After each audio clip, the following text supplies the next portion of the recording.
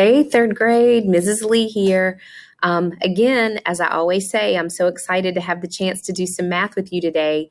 We are going to continue in our series that we've been working on talking about addition. But today we are moving on to some larger numbers. So let's get started. Hang in there with me. You've got this. I got to switch over to my document camera so we can see the math work.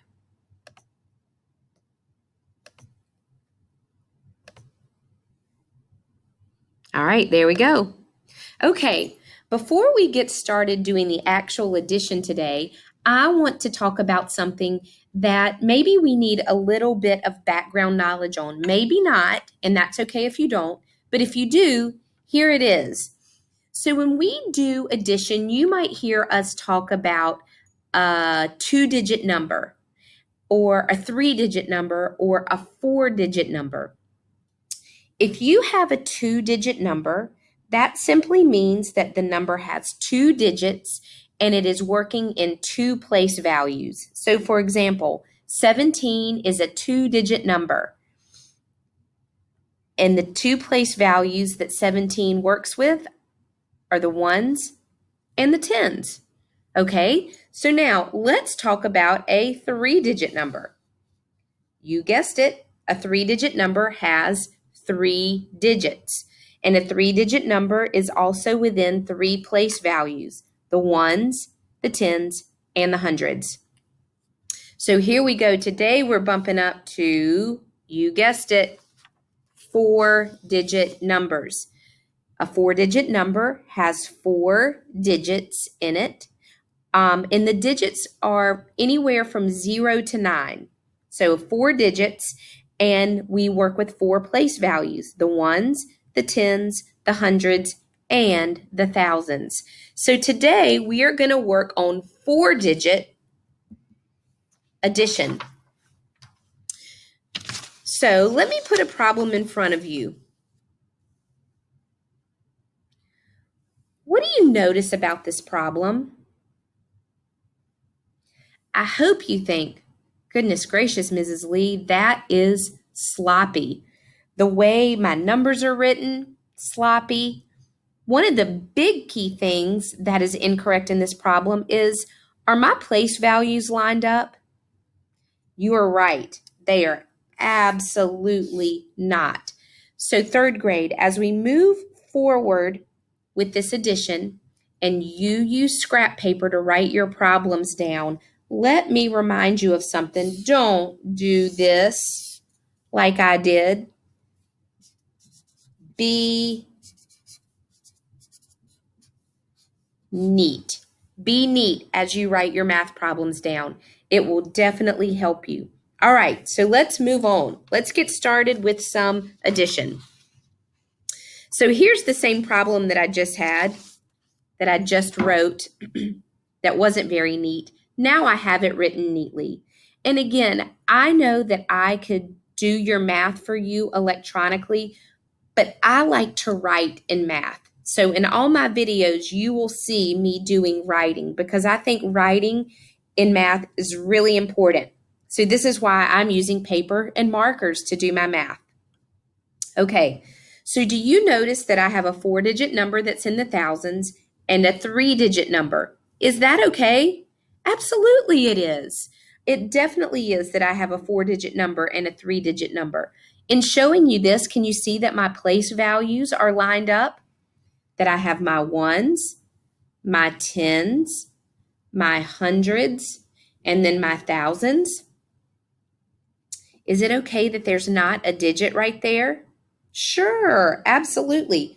Would it be okay if I felt better if I thought about there being a 0 right there?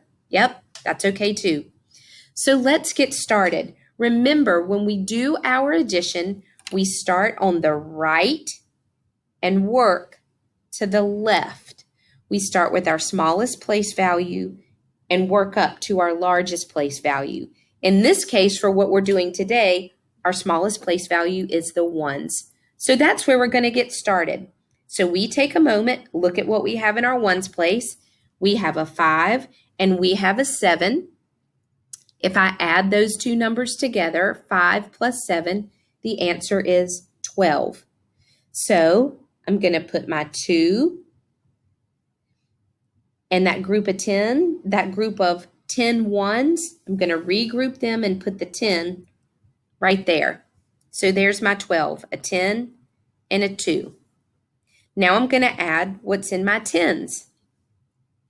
I have a 6 and a 7, which make 13, plus one more 10, makes 14.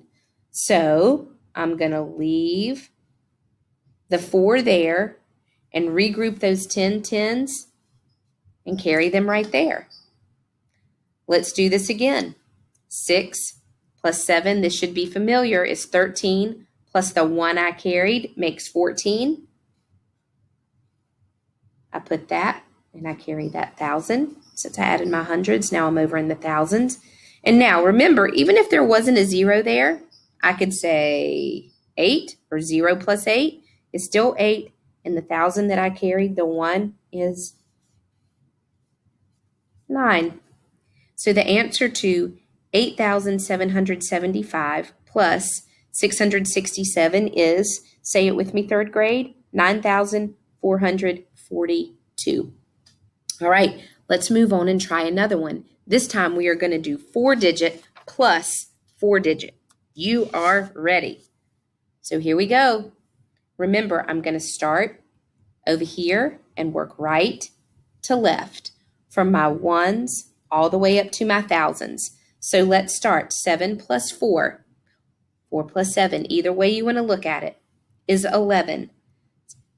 I'm going to leave the 1 and carry the 10. Now I'm going to add what's in my tens.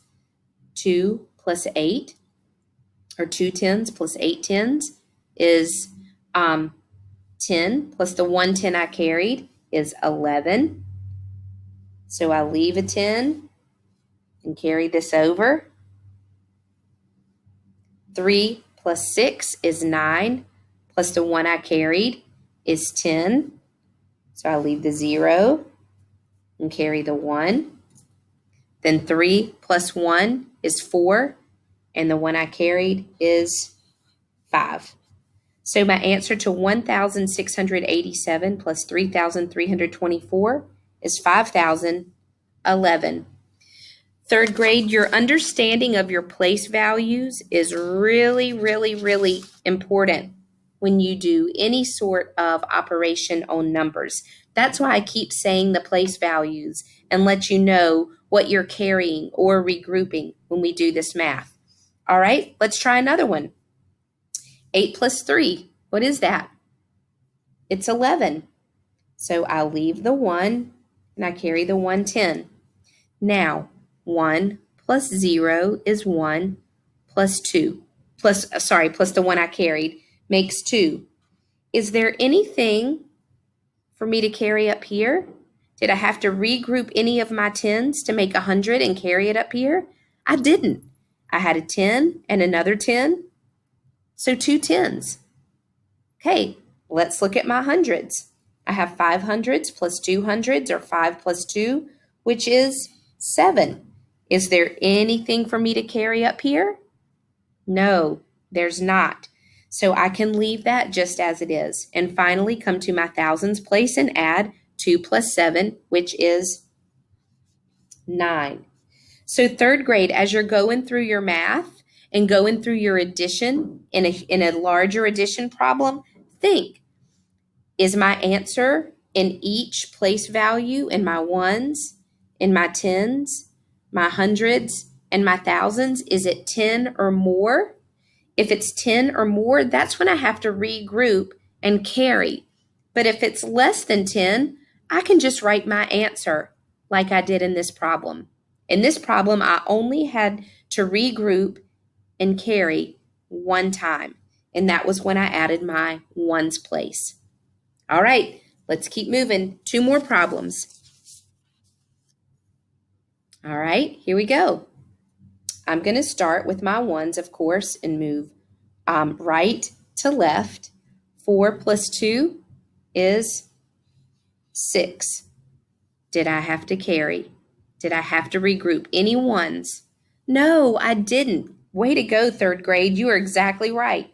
There were less than 10. There are 2 ones and 4 ones. Just 6. I'm good to go. Now I'm moving to my tens place.